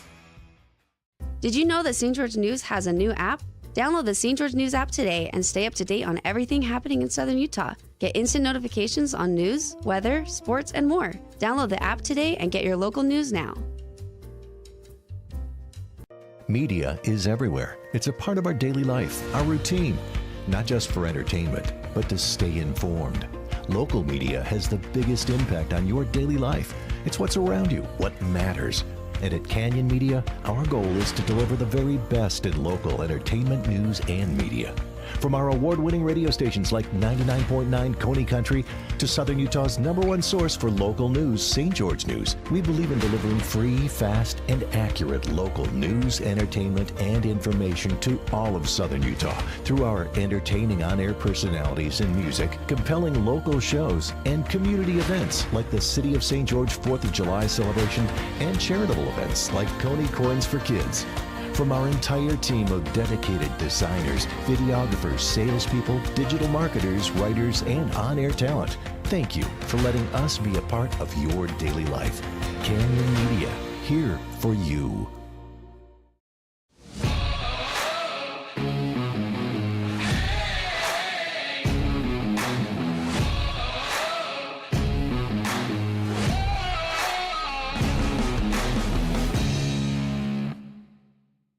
Hey, it's Sheldon Demke. Check out the latest episode of What's on the Menu, a behind-the-scenes tour of local restaurants. We'll see some of their favorite dishes and get an inside look on how these dishes are prepared. Check out this week's episode at stgeorgenews.com and click the shows on the menu tab.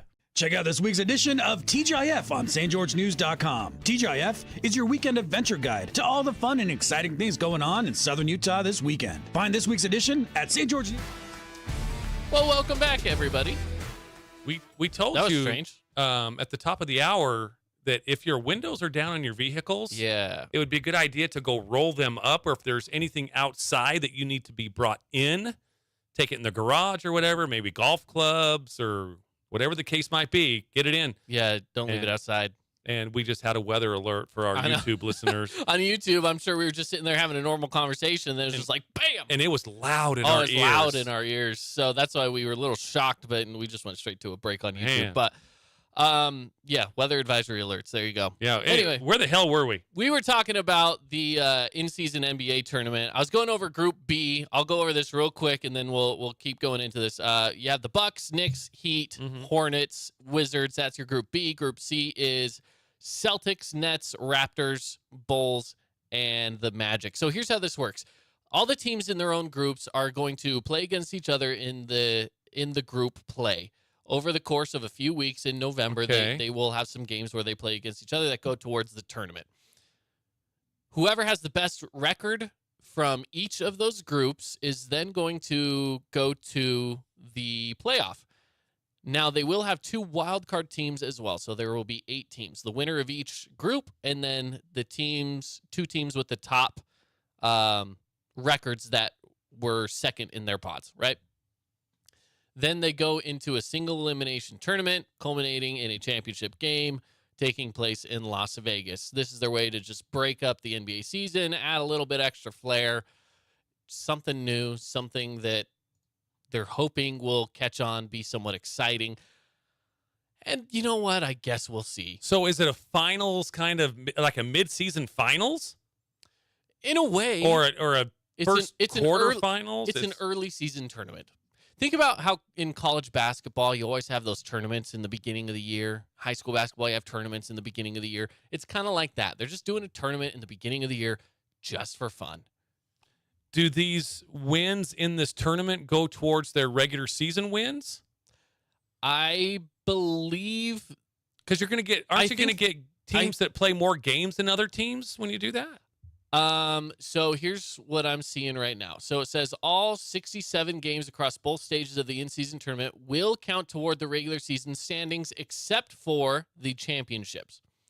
Each team will continue to play 82 regular season games in 2023 and 2024 season, including those games that are part of the group play and the knockout rounds. Well, I don't like it yet. I'm not saying that I won't like it after that it's done. I'll see kind of how it plays out, see if there's rhythm to the season.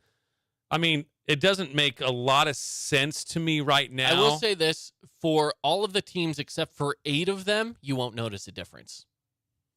Because any team not going to the knockout rounds, they're just playing their 82 games, and some of those games are going towards the tournament standings. What is the benefit to the teams to do this? Do they get monetary payout? Like, what? They get a championship out of it, and I'm sure there's probably bonuses for players and things like that you. I'm get just with trying any to sort think of like, I mean, I guess too, and I've always said this, I really don't get into the NBA basketball until Christmas Day. Yeah. So maybe that's what they're trying to do is generate some interest. Because I know I'm not the only one. It with does that. say the qualifying teams will compete for a prize pool and the new in-season tournament trophy. Because here's the deal, too. I mean, if there's got to be something in it for the players because you'll have guys Whatever like that prize pool is, LeBron has to be part of it. James, your big stars that like to load manage anyways, they're going to sit through this if there's not some sort of league rule or mandate put into place. I could see a lot of load management happening during this tournament. Could you see that, Caden? Yes. An incentive for the in-season tournament, the teams that win, the players on the winning team will each get $500,000.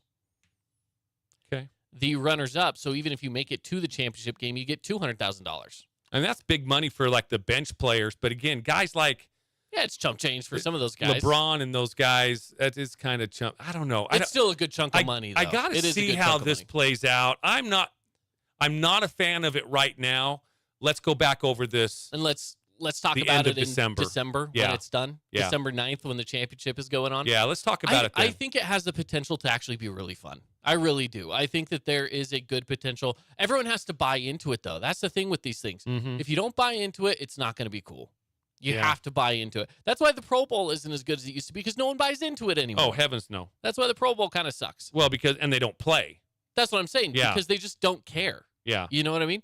I think that there's some pretty good incentive there. I would love to go to Vegas and watch the championship just for fun. Now, that sounds intriguing. I mean, being that it's held in And Las it's a neutral Vegas, site. that's kind of cool. Yeah. And it's at T-Mobile Arena, so it's going to be in a nice big venue, fun venue.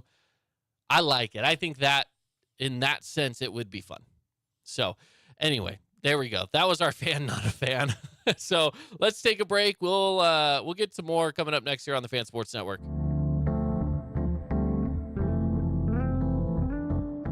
Hey, it's Caden Formaster. And Mark Musgrave, the voice you know with the Fan Sports Network. Check out our local sports radio show From the Bleachers live every weekday from 4 to 6 p.m. Listen to us on the radio on 99.5 or 95.3 FM. You can also listen through the Fan Sports Network app or watch the show live on the Fan Sports Network YouTube page. The Fan Sports Network is your home of Utah Tech Trailblazers, high school sports, and the pros. The Fan Sports Network, Southern Utah's home for local sports. Did you know that St. George News has a new app? Download the St. George News app today and stay up to date on everything happening in Southern Utah. Get instant notifications on news, weather, sports, and more. Download the app today and get your local news now. Media is everywhere. It's a part of our daily life, our routine. Not just for entertainment, but to stay informed. Local media has the biggest impact on your daily life. It's what's around you, what matters. And at Canyon Media, our goal is to deliver the very best in local entertainment, news, and media. From our award-winning radio stations like 99.9 Coney Country to Southern Utah's #1 source for local news, St. George News, we believe in delivering free, fast, and accurate local news, entertainment, and information to all of Southern Utah through our entertaining on-air personalities and music, compelling local shows, and community events like the City of St. George 4th of July celebration and charitable events like Coney Coins for Kids.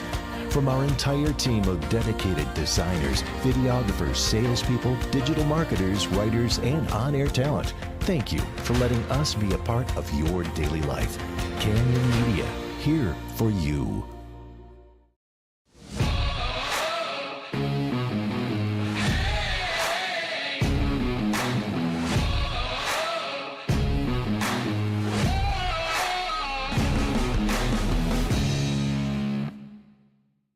Hey, it's Sheldon Demke. Check out the latest episode of What's on the Menu, a behind-the-scenes tour of local restaurants. We'll see some of their favorite dishes and get an inside look on how these dishes are prepared. Check out this week's episode at stgeorgenews.com and click the shows on the menu tab. Check out this week's edition of TGIF on stgeorgenews.com. TGIF is your weekend adventure guide to all the fun and exciting things going on in Southern Utah this weekend. Find this week's edition at stgeorgenews.com and click the shows on the menu tab. Have a blast this weekend. As a local business owner, it's important to get the word out about your business. More people equals more revenue for you. Get your business in front of over 160,000 people in Southern Utah each week with St. George News. Contact St. George News today.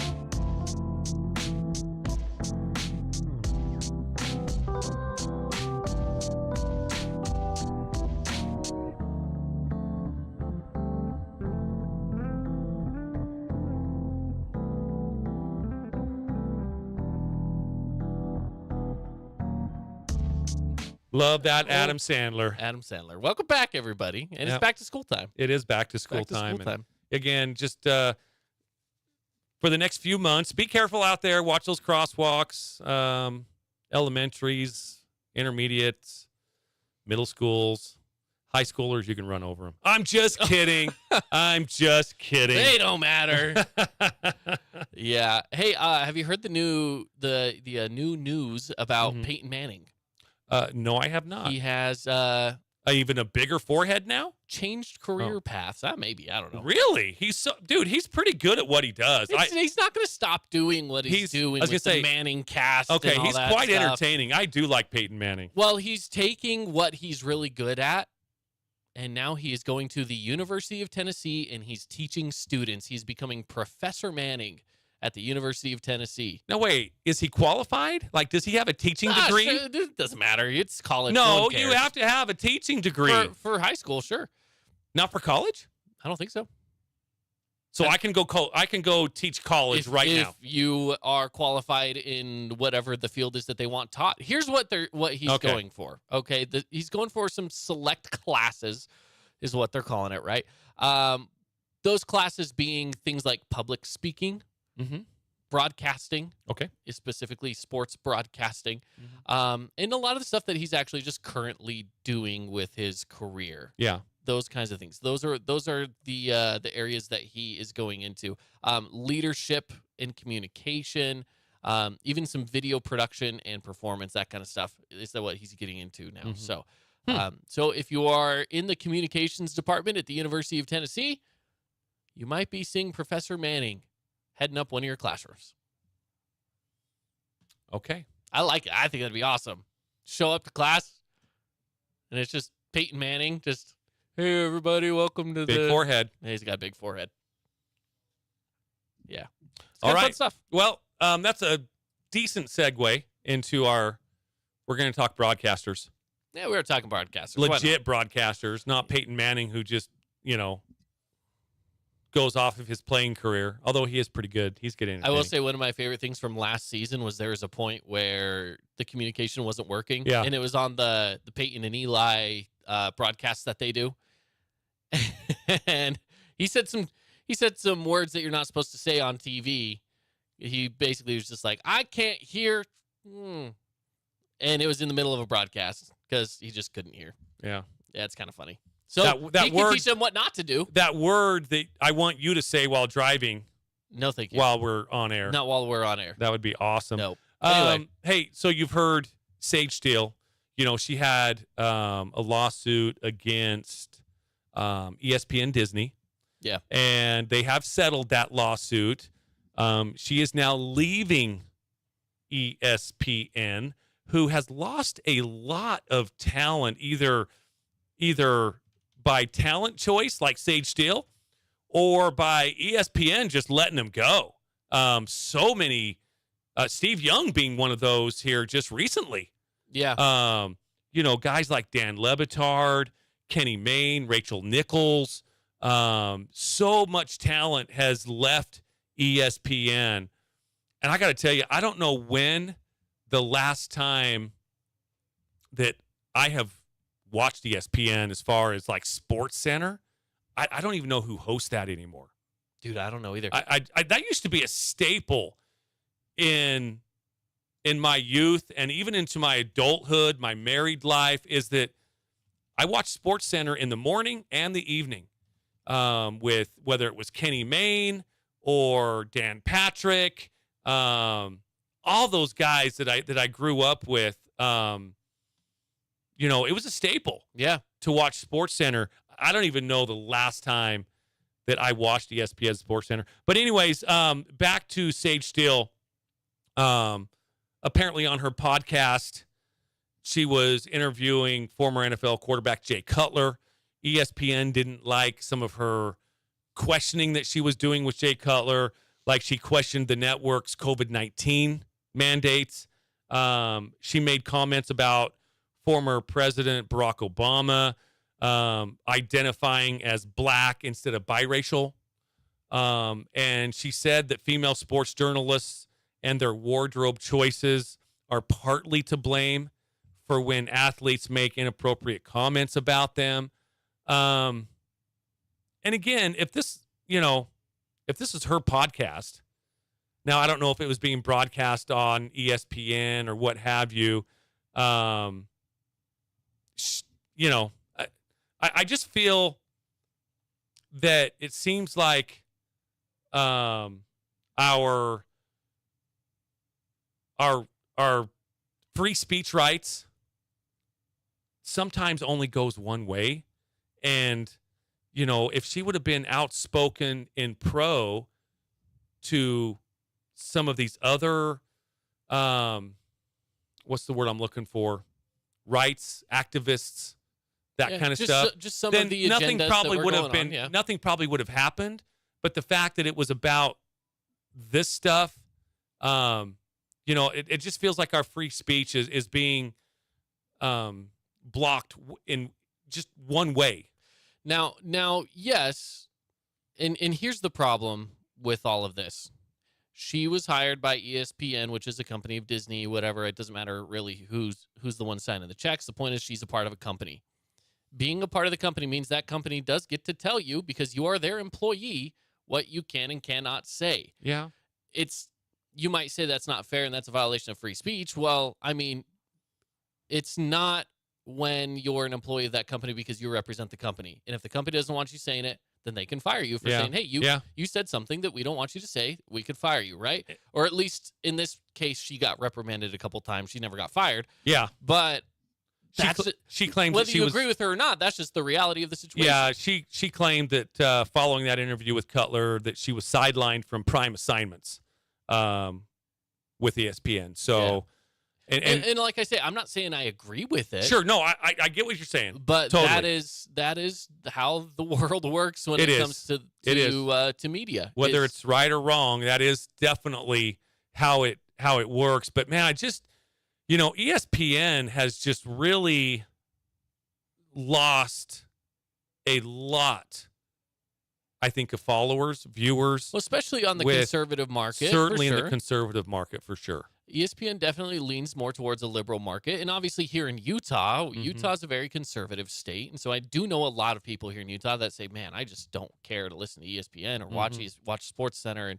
And it is for reasons like this, because someone like her who has some conservative values here has been, for lack of a better word, silenced by the company that she has now worked for. So I understand why she says, I just want to go somewhere where I can let myself loose and say what I want to say, without it affecting my career. I get that. I get it. We're in a lucky enough spot where I feel like we are able to say what we want to say, because I think that we kind of agree with most of our market as well. And that's what I was going to say. Nice. So our listeners have very similar beliefs that we do. Yeah, so it's easy that for us kind to of say thing. what we want to say. Absolutely. Yeah. Sure. It's tough if you're, if if you're a conservative person trying to go onto a liberal network and say what you want to say. And the thing is, too, sports does have crossover in politics, whether we like it or not. It does. I don't like it. I'm not a fan. No, not a fan as well. I agree. That's just how it is. Yeah. That is just how it is. There's always going to be politics in sports. And this is one of those cases. And, I'm proud of her for standing up for what she believes in. And I would say the same thing, by the way, if it was someone that had some liberal takes on a conservative place and they were just like, look, I just want to speak my mind. Okay, good for you. Yeah. Free speech, I think, is extremely important. Yeah. And I think you should be somewhere where you don't have to be silenced. Yeah. I don't care where you're at. And I'm with you. I don't love the idea of someone being silenced for whatever their take is, one side or the other. Now, if they're making it personal and nasty, I totally get. Then that's just that's different. Yeah, exactly. But anyway, Sage Steele. Moving on, I do like Sage Steele. She was she was quite the talent. But hopefully she gets on with CBS Sports. Yeah, maybe, maybe. Let's get her on our show so you can be another analyst with us. That's right. That'd be interesting. All right, let's. Should we take a break? Let's do it. When we come back, we're gonna have some Would You Rather coming up. Yeah, absolutely. Got some good stuff too. All right, let's get to it when we return here on From the Bleachers.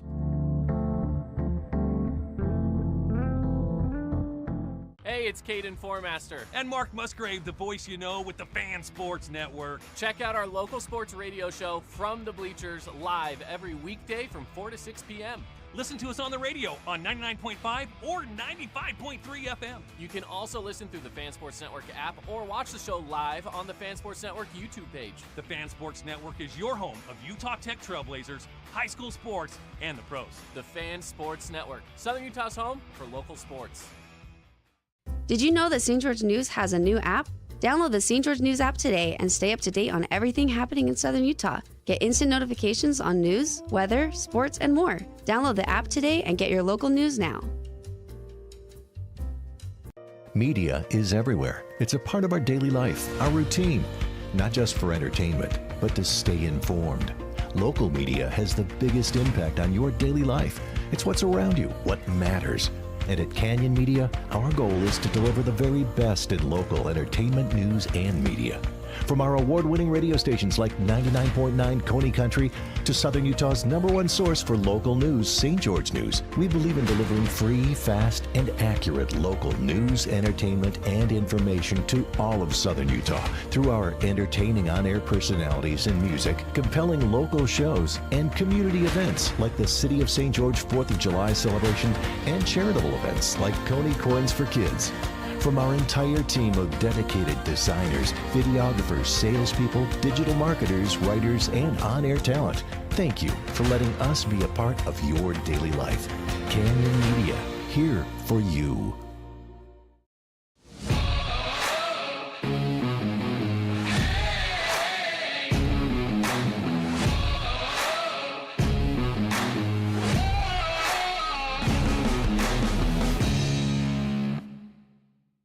Hey, it's Sheldon Demke. Check out the latest episode of What's on the Menu, a behind-the-scenes tour of local restaurants. We'll see some of their favorite dishes and get an inside look on how these dishes are prepared. Check out this week's episode at stgeorgenews.com and click the shows on the menu tab.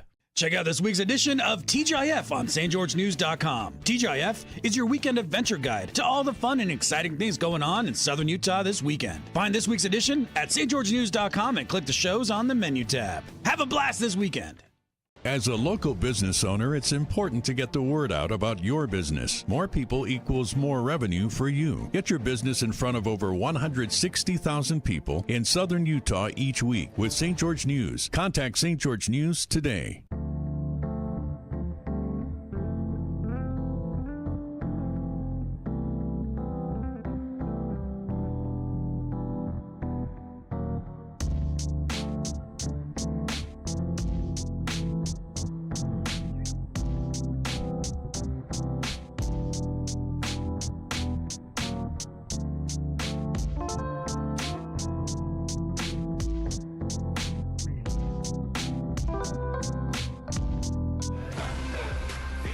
Welcome back, everybody. It is From the Bleachers here on the Fan Sports Network inside the Findlay Hyundai studio. Caden Formaster and Mark Musgrave. The voice you know. Welcome back into the show. Wrapping things up here on a Tuesday, halfway through the month of August. We're just rolling. This has been a fun week already. Only Tuesday, but it's a good week so far. Yeah, for sure.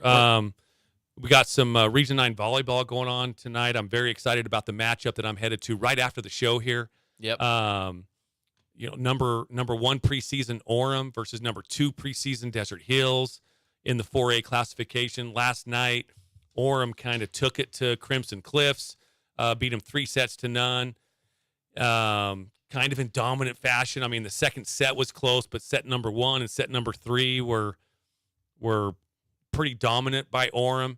Assistant coach Rao told me that Orem's good, and he'll be looking forward to the results of tonight's match between Desert Hills and Orem. So that should be a fun one. If you don't have anything to do this Tuesday night, head on over to Desert Hills, the Thunderdome, and watch what is supposed to be some pretty good volleyball. Number 1 versus number 2. I like it. That sounds like a good time. Love it. Sounds like a good time. All right, we're wrapping things up today with a little Would You Rather. Would you rather? I got some sports mixed in with some non-sports. Well, let's should we just dive on into it? Let's do You're it. the one that's got it, right? I got it. You got it ready for me, so I gave you fan, not a fan. You give me Would You Rather. All right, Caden. I think I might know the answer to this one just because of, well, let me just ask it. Okay, I'm ready. Would you rather be on a team owned by Jerry Jones or Mark Cuban? I don't want to be on the Dallas Cowboys. That's kind of what I thought. Here's the thing. I don't like either team. But I like Mark Cuban, actually. I don't like the Mavericks. I like Mark Cuban. One thing that both owners do. Not, by the way. I used to not like Mark Cuban, but Shark Tank made me like him again. One thing that both of these owners do well is they'll spend money to win. They'll take good care of you. Yeah, they will. But yes, I'd rather be on the Mavs. I just don't want to be on the Cowboys. Okay. I'll take the Mavs. Fair enough. Yeah. Would you rather play miniature golf with Rory McIlroy? That would be awesome. Or go to the batting cages with Aaron Judge? This one's tougher. Okay. I'm choosing Rory, and here's why. Rory, I feel like... Now, we're talking miniature golf. Oh, I know. Taking him to Fiesta Fun. I know. I think it'd be fun. Okay. So here's the thing. I think that would just be... I just think that would be a blast to just hang out with him, playing some mini golf. I think it'd be kind of fun and a little funny, too, because it might be one of those things. Mini golf is not regular golf. I might even beat him in mini golf. You never know. I doubt it. I also doubt it. If I'm going to the batting cages with Aaron Judge, he's just going to make me look stupid the whole time. So yeah, but it would be so much fun to watch, It would be fun to watch. I just don't know if I would want to participate because I'd feel really foolish. But I think mini golf would be fun. Mini golf would be fun. So I'm going to go that way. Both would be fun. Would you rather be able to fly or read minds? Listen.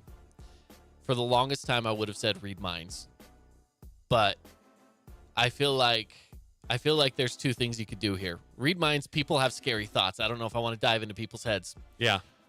Flying. There's a lot of convenience there that I would really enjoy. Okay. So I like the idea of flying because vacations just become a lot easier. Now, see, I'm just the opposite. Depends on how fast I could fly, I guess. I think if I was asked this years ago, I would say definitely flying. But now, I would love to know what people are thinking. See, and I also really want to know what people are thinking, and you could use it. You could use it to your advantage. To your advantage. Absolutely. Maybe you could, maybe you make some money off of it. You start placing some bets Yeah. and things like that. So you could use it for sure. If I had an on-off switch with it, then yes, I do go with read minds. But if it's just kind of like always there, then I don't know if I'd want to. Would you rather try to catch a greased up pig? Okay. Or dry Usain Bolt? If it all meant which one am I going to succeed at, I would probably go with the pig because I think that's going to be easier than trying to catch Usain Bolt. I don't think I'm catching him. No, you're not going to catch him, but you could dry him off. Yeah. Okay.